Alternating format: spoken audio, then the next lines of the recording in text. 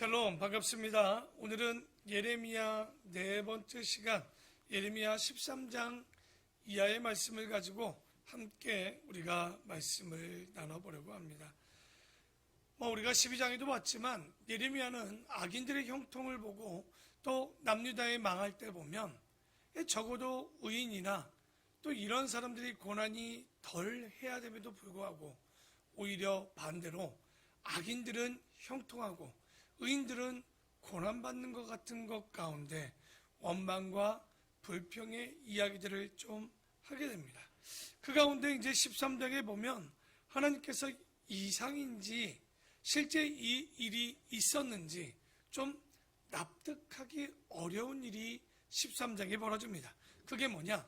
썩어 못 쓰게 된 뱃띠에 대한 베옷이라는 거 여러분 알죠? 그 제사장이 입는 속옷이나 이런 것을 베옷에 그 뱃띠에 대한 이야기를 하고 있는데요.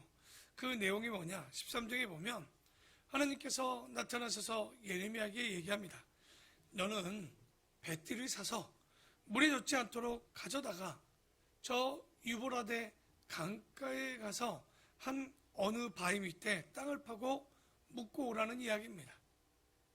우리가 지형적인 이야기를 모르면 그냥 갖다 묻어놓으면 된다 싶지만 여러분 이스라엘부터 유브라데 강까지는 적어도 낙타를 타고 가나 뭘 타고 가든 4개월, 3개월에서 4개월 정도가 걸립니다. 근데 뱃띠 하나 묻으러 가는데 4개월, 오는데 4개월. 묻고 왔으면 끝났겠지만 좀 뒤에 다시 하나님께서 말씀하십니다. 야, 너는 다시 가서 네가 그 묻어두었던 뱃띠를 다시 꺼내가서 가져오라는 거예요. 그리고 가져보라는 거죠. 그런데 그 가져가서 보니 4개월, 물이 묻지는 않았지만 8개월이 지나고 또 시간이 지났기 때문에 가서 딱 뱃띠를 묻은 곳에서 파보았더니 뱃띠가 다 썩어졌다는 거죠. 그런데 하나님께서는 얘기하죠. 이 뱃띠가 주인에게, 옷주인에게 속한 것처럼 이스라엘에게, 백성에게도 너희에게 동일하게 이런 일들이 벌어진다고 얘기합니다. 자, 13장 9절 한번 봅시다. 13장 9절에 여호와께서 이와 같이 말씀하시니라. 내가 유다의 교만과 예루살렘의 큰 교만을 이같이 썩게 하리라 라고 얘기합니다. 그러니까 내가 내게 속한 이스라엘 백성을 유보라다 강 너머에 갔다가 어떻게 하시겠냐? 뱃띠를 갖다 넣었다는 것은 그것을 푹 썩게 했던 것처럼 이스라엘 유다를 어떻게 합니까? 70년간 바벨론에 푹 썩게 하시겠다는 거. 근데 뭘 푹 썩게 하냐? 그들의 교만을 푹 썩어 돌아오게 하시겠다는 거예요. 이게 바로 하나님의 감정이라고 우리가 보시면 됩니다. 근데 하나님께서 얼마나 그 교만한 모습이 보기 싫었던지 70년간 썩게 하시겠다는 거예요. 그런데 교만하다. 여러분 이 교만하다 할 때 1번적으로 세상의 교만은 뭡니까? 자기 잘난 체를 하거나 이런 것들을 교만이라고 하지만 성경의 교만은 그것을 이야기하지 않습니다. 성경의 교만은 뭐냐? 하나님 말씀을 안 듣는 것이 교만입니다. 교만의 극치는 하나님의 계명을 무시하는 겁니다. 그리고 두 번째 교만이 뭐냐?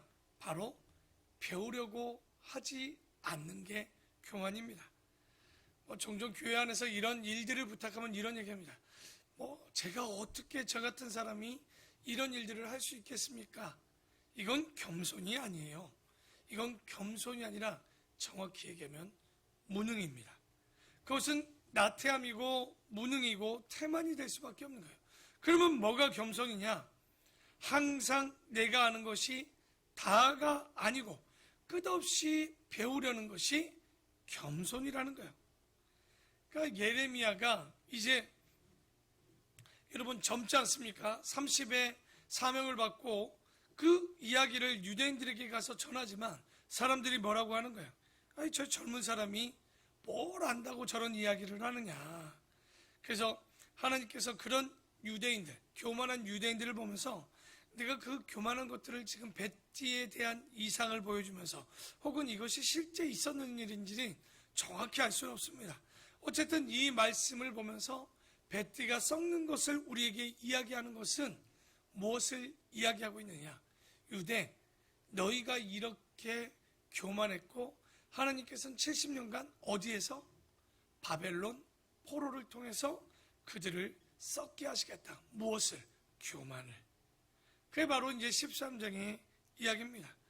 그런데 하나님은요, 유대 나라를 보면서 항상 마음이 쉽지 않았습니다. 그런데 그 모습을 본 예레미야가 14장에는 어떻게 느껴졌냐? 하나님께서 무능해 보인 거예요. 왜? 아무것도 안 하고 벙벙하게 계시다는 거죠. 그래서 14장 7절에 보니까 여호와여, 우리의 죄악이 우리에게 대하여 증언할지라도 주는 주의 이름을 위하여 일하소서. 우리의 타락함이 많으니이다. 우리가 주께 범죄하였나이다. 우리가 죄를 짓고 했다라는 거죠. 예레미야 입장에서는 창세부터 죄를 지었고 지금 우리가 이렇게 죄 짓는 건 분명히 알고 있다는 거예요.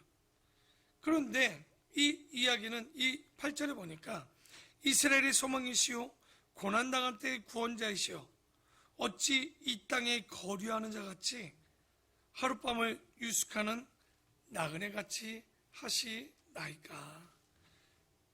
예레미야 입장에서는 자신들이 죄 짓는 거 충분히 이해한단 말이죠. 그러니까 그 이해는 하지만 어떻게 이렇게 무관심할 수 있냐는 얘기예요. 어떻게 하나님께서 행인처럼 지나가는 사람들처럼 나그네처럼 그저 유숙했다 그걸 보고 그냥 갈 수 있냐는 얘기입니다. 그래서 9절에 보면 어찌하여 놀란 자 같으시며 구원하지 못하는 용사 같으시나이까. 여호와여, 주는 그래도 우리 가운데 계시고 우리는 주의 이름으로 일컬음을 받는 자이오니 우리를 버리지 마옵소서 이야기합니다. 그래서 9절에 보면 예레미야 입장에서 죄악된 이스라엘에 대해서 아무것도 하지 않는 모습을 보면서 뭐라고 느꼈느냐? 하나님이 아무 능력이 없다는 거예요. 왜? 이러지도 저러지도 못하고 계시는, 이거 우리가 아무 말할 때 뭐라고 합니까? 어안이 벙벙하다고 하죠. 나 지금 하나님의 태도를 보니까 예레미야 입장에서는 벙벙하시다는 거예요.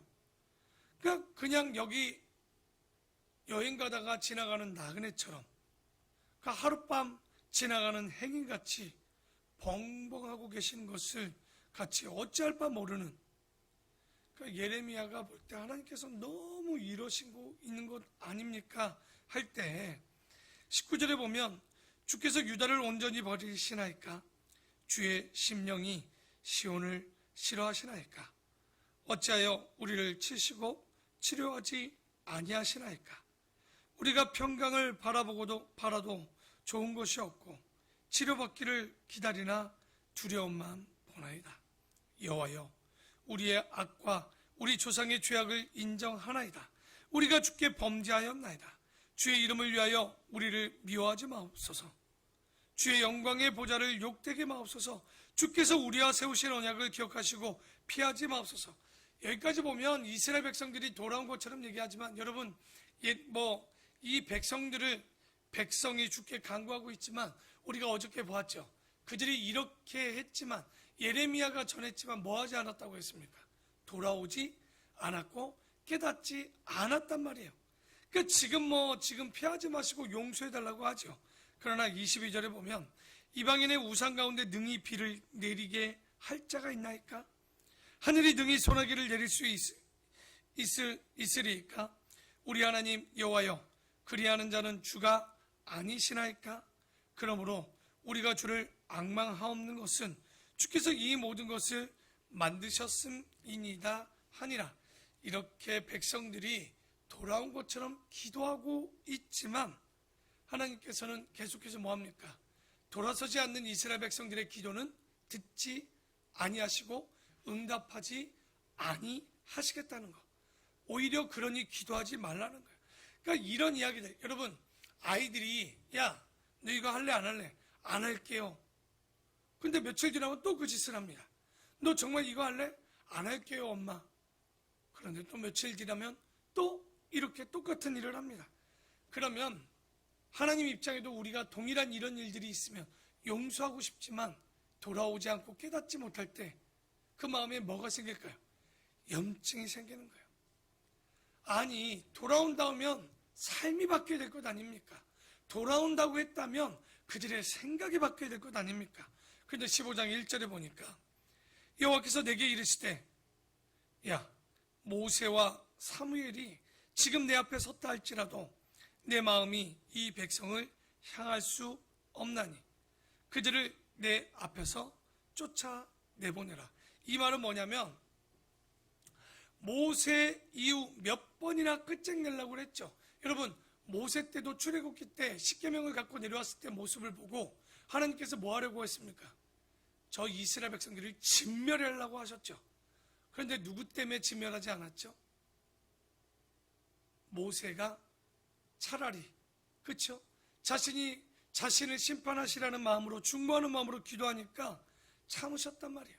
사무엘도 보면 이스라엘 백성들이 잘못함을 보고 사무엘이 기도하지 않았다면, 하나님께서 정말 모세나 사무엘의 기도가 아니었다면 7번이나 정말 그들을 진노하셨을 거예요. 그런데 지금 현재 예레미야가 동일하게 하나님께 기도했지만 이제 하나님이 얼마나 진노하셨는지 뭐라고 얘기한 거예요? 모세가 와도 사무엘이 나한테 와도 뭐 하지 않겠다는 거예요. 이 백성들을 향한 진노를 다시 돌이키지 아니하시겠다는 거예요. 단호하시는 거예요.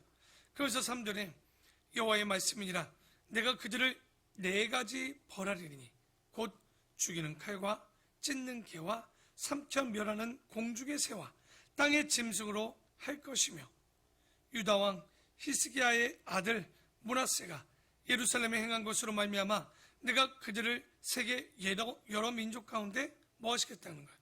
흩으시겠다는 거예요. 우리 여러분 이거 잊지 마십시오. 지금 므낫세가 죽은 지 얼마나 지났습니까? 여기서 우리가 하나님의 심정을 좀 봐야 돼요. 그 심정이 뭐냐? 하나님은 화낼 만한 것을 화내시기 때문에 그 문제가 해결되기 전까지는 화가 풀리신다, 풀리지 아니하신다. 풀리지 않는 거예요. 왜? 화낼 것을 화내셨기 때문에 그 죄만큼 징벌이 돼야 풀리는 것이지 그냥 용서되지 아니하시는 거예요. 지금 하나님의 염증이 돌이킬 수 없고 막을 수 없고 피할 수 없는, 그러면 곧 예루살렘은 어디로 갑니까? 멸망의 길로 갈 수밖에 없는 거예요. 그래서 6절에 여호와께서 이르시되 네가 나를 버렸고 내게서 물러갔으므로 너에게로 내 손을 펴서 너를 멸하였노니 이는 내가 뜻을 돌이키기에 지금 뭐 하셨다는 거예요? 지쳐버렸대요. 이게 여러분 그냥 보면 하나님인데 왜 그러시냐 하겠지만 모세를 이끌어낸 게 1446년입니다. 그런데 586년까지 적어도 860년 동안 돌아왔다. 여러분 4사 360년 어땠습니까? 처맞으면 돌아오고 그러면 좀 괜찮으면 타락하고, 이런 게 360년 아니 860년을 이렇게 되면 진짜 어떤 마음이 들까요? 마음에 하나님도요 염증이 생기는 거예요. 그러니까 도저히 지쳤다는 거예요. 야, 내가 지쳤다, 지쳐. 여러분 하나님이 전능하시고 사랑의 하나님이지만 하나님의 마음이 이렇다는 것을 예레미야를 통해서 우리가 봐야 되고, 그렇기 때문에 우리만이라도 뭐 해야 됩니까? 반복된 죄를 짓지 아니하셔야 되는 거예요. 그게 얼마나 하나님이 힘들었겠습니까? 근데 이제 16장에 보면 예레미야도 동일하게 지칩니다. 어떻게 지쳤을까요? 예레미야도 정말 이 지친 마음도 있었고요. 하나님이 볼 때 예레미야를 보니 어떻게 하냐? 야, 이 미래가 소망이 없어요. 그러니 하나님이 명령합니다. 예레미야야, 뭐 하지 말라? 결혼하지 말라는 거예요. 그런데 여러분, 예레미야 사역 가운데 최소한 밖에서 이렇게 어려우면 집에 돌아가면 다른 데는 모르지만 자기를 위해서 찌개를 끓여놓고 여보 돌아왔어요 라는 위로가 있는 게 맞지 않습니까? 그런데 하나님이요 지금 뭐 하지 말라는 거예요? 한번 볼까요? 2절입니다. 너는 이 땅에 아내를 맞이하지 말며 자녀를 두지 말지니라. 이곳에서 낳은 자녀와 이 땅에서 그들을 해산한 어머니와 그들을 낳은 아버지에 대하여 여호와께서 이와 같이 말씀하시오니 그들은 독한 병으로 죽어도 아무도 슬퍼하지 않을 것이며 묻어주지 않아 지면의 분토와 같을 것이며 칼과 기근에 망하고 그 시체는 공중의 새와 땅의 짐승의 밥이 될 거라는 거예요. 여러분 2절을 놓고 3, 4절을 보면 이 땅에 희망이 없고 소망이 없는 거예요. 그러니까 이제 이스라엘에게 패망하고 포로로 끌려가고 억울한 죽음이 가득 찰 텐데, 그런데 너 뭐 하지 말라는 거예요. 그러니까 예레미야에게 2절에 결혼하지 말라는 거예요. 그러니까 이제는 고난과 고통밖에 없으니까 결혼하지 말라는 거예요. 그래서 10절에 네가 이 모든 말로 백성에게 말할 때 그들이 내게 묻기를 여호와께서 우리에게 이 모든 큰 재앙을 선포하심은 어찌 되며 우리의 죄악은 무엇이며 우리가 우리 하나님 여호와께 범한 죄는 무엇이냐 하거든 너는 그들에게 대답하기를 여호와께서 말씀하시되 너희 조상들이 나를 버리고 다른 신들을 따라서 그들을 섬기며 그들에게 절하고 나를 버려 내 율법을 지키지 아니하였다는 거예요. 그러니까 너의 열조가 좀 잘못했으면 너희들이라도 좀 나아야 되는데 그렇지 않다는 거죠. 그런데 너희가 너희 조상들보다 더욱 악을 행하였도다.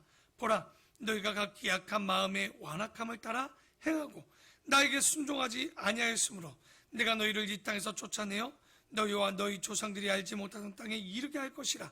너희가 거기서 주야로 다른 신을 섬기리니 이는 내가 너희에게 은혜를 베풀지 아니함이라 하셨다 하라. 그러니까 지금 이스라엘 백성들이 이런 행태를 하고 진멸이 이제 앞에 있으니 예레미야야, 희망이 없다. 결혼하지 말아라. 그러니까 너희가 하나님을 쫓아야 되는데 이 어려움이라도 우상을 섬기니 하나님 마음에 어떤 마음이 들었냐면, 그래? 한번 이 바벨론에 가서 니들 꼭 그 느낌이 들어요. 여러분, 이스라엘 백성들이 그렇게 만나를 내려주고 때에 따라 고기를 줘도 고기를 많이 먹고 싶다고 해서 모세에게 불평하고 하나님께 불평했죠. 그랬더니 하나님이 어떻게 합니까? 그래? 한 집에 드럼통 몇 개씩 너 한번 가져가 봐라 하고 메추라기를 보내줍니다. 그런데 그들이 그것을 가져가 집에 먹으려고 딱 하는데 그들의 이 사이에 메추라기가 끼기도 전에도 하나님께서 뭐 하라는 거예요? 심판하셨죠. 그게 기브롯 합다라는 장소였던 거예요. 근데 여기도 마찬가지인 거예요. 니들이 우상을 좋아해? 그래? 한번 실컷 섬겨가봐라. 나 한번 먹다 죽어봐라. 너희들 우상 섬기다 한번. 그래? 지금은 니들이 우상을 찾겠지만 그곳에 가서 니들이 하기 싫어도 한번 우상을 섬겨봐라. 이게 하나님의 감정입니다. 얼마나 이 이스라엘이 유다가 저 같으면 진짜 염증이 났을 것 같아요. 그러니 이런 마음 가운데 17장에 보면요, 금강석 철필로 그 죄를 기록하십니다. 그 이야기는 유다의 죄가 지금 지울 수 없을 만큼 지금 우리가 위에 보았죠. 심각하다는 거예요. 그러니 금강석 철필로 기록하여 제단들과 아세라를 생각하는 그들의 죄악을 기록하라는 거예요. 17장 1절입니다. 유다의 죄는 금강석 끝 철필로 기록되되 그들의 마음판과 그들의 제단불에 새겨졌거늘 그들의 자녀가 높은 언덕 위 푸른 나무 곁에 있는 그 제단들과 아세라들을 생각하여 도다 이야기합니다. 그래서 여기 보면 사람이 항상 무엇을 생각하느냐가 중요합니다. 여기 2절 다시 한번 볼까요? 그들의 자녀가 높은 언덕 위 푸른 나무 곁에 있는 그 제단들과 아세라들을 뭐 했다고 나옵니까? 생각했다라고 나옵니다. 그러니까 여기 보면 항상 우리가 사람이 무엇을 생각하느냐가 바로 그 사람입니다. 항상 세상에 속한 사람은요, 생각 자체가 뭐랍니까? 세상 생각을 하는 거예요. 그러면 영에 속한 사람은 어떻겠습니까? 항상 은혜와 진리와 하나님의 사랑을 생각하기 때문에 그 은혜 가운데 거하고 그 삶을 사는 거예요. 바로 그게 그 사람입니다. 우리가 보는 모든 성경 속에 보면 내 보물, 어떨 때 내 보물이 그곳에 있다는 거예요. 내가 사랑하고 내가 바라보는 그곳에 내 보물이 있을 수밖에 없고 그게 바로 그 사람이라는 거예요. 잘 보십시오. 사람의 생각이 뭐로 나옵니까? 말로 나오죠. 말로 끝납니까? 그 말은 행동과 습관으로 나타나게 되고 그 습관은 곧 뭐가 되냐? 그 사람의 성품이 되게 되었습니다. 바로 그 사람이 돼버리는 거예요. 뭐로 시작으로? 그 사람의 마음이 그 사람의 말로 행동으로 습관으로 더 나아가서 그 성품을 만들어버리는 거예요. 그래서 그 사람이 항상 무엇을 생각하고 있는가 그걸 보면 그 사람의 생각을 알 수 있는 겁니다. 그래서 17장 7절에 보면 보십시오. 그러나 무릇 여호와를 의지하여 여호와를 의뢰하는 그 사람은 좀 전에 얘기했죠. 아세라를 생각하는 사람은 그 사람인 거고 육의 사람인 거고 지금 여호와를 의뢰하는 사람은 영의 사람이니 하나님께서 뭐 하시겠다는 거예요? 복을 줄 수밖에 없는 거예요. 그러니까 우상 숭배하나 사람이나 권력을 따르는 사람은 결국 망할 것이고 하나님을 의뢰하는 사람은 복을 받을 수밖에 없는 거예요. 자, 우리 8절 다 같이 읽고 오늘 마무리합시다. 8절입니다. 시작. 그는 물가에 심어진 나무가 그 뿌리를 강변에 뻗치고 더위가 올지라도 두려워하지 아니하며 그 입이 청정하며 가무는 해도 걱정이 없고 결실이 그치지 아니함 같으리라. 여러분, 우리는 이해가 안 가죠. 물가에 심은 나무가 지금 뭐하다는 거예요? 결실도 그치지 아니하고 풍성하다라는 이야기를 하고 있죠. 우리 시편에 보면 그렇죠? 1편에도 보면 이런 이야기를 똑같이 이야기하고 있지만 이스라엘에는 홍수가 거의 없습니다. 거의 말라 있을 때 가장 복받은 나무는 어디에 심기운 나무냐? 물가에 심기운 나무가 항상 습기가 있기 때문에 잎이 푸르고 열매를 맺을 수 있는 거예요. 여러분, 오늘 9절, 7절의 말씀처럼 모두가 하나님의 말씀을 즐거워하고 그 말씀을 묵상하고 의지하고 순종하면 물가에 심기운 나무처럼 더위를 이겨내고 가뭄을 이겨내고 이파리가 풍성하여 결실을 맺게 되는 것. 오늘 이 말씀은 이렇게 얘기하고 있습니다. 유다의 죄가 철판 필에 금강석 끝 철필로 정말 기록된 것에 반해 여호와를 의지하고 여호와를 순종하는 자들에게는 그 마음이 여호와만을 향한 자들에게는 복이 있는데 그 복이 정말 시냇가에 심기운 나무처럼 잎이 푸르고 열매를 맺고 더 나아가 여호와의 말씀을 묵상하고 의지하는 자들에게는 귀한 10배, 100배, 60배, 30배의 복이 우리에게 넘쳐지기를 믿습니다. 오늘 이 말씀을 붙잡고 하나님이 일하고 싶어도 우리의 삶 때문에 어안이 벙벙한 일이 있거나 정말 아무것도 무지한 하나님처럼 보일 수 있겠지만 심판자들에게는 분명히 심판할 것이고 하나님을 의지하는 자들에게는 분명히 하나님께서 복 주심을, 그러나 그 사람을 보면 그 사람의 말을 보면 그 사람을 알 수 있다고 합니다. 그 마음은 뭐로요? 말로, 말은 행동으로, 행동은 습관으로, 결론은 그것이 그에게 성품이 만들어지는 것처럼 오늘 이 말씀을 붙잡고 육의 사람이 아니라 바울이 얘기했던 것처럼 영의 사람이 되어서 항상 주의 진리와 하나님의 말씀을 품고 살 때 여러분의 삶에는 100배, 60배, 30배의 복이 가득 넘치는 열매를 맺는 오늘 하루가 되기를 축원합니다. 기도하겠습니다.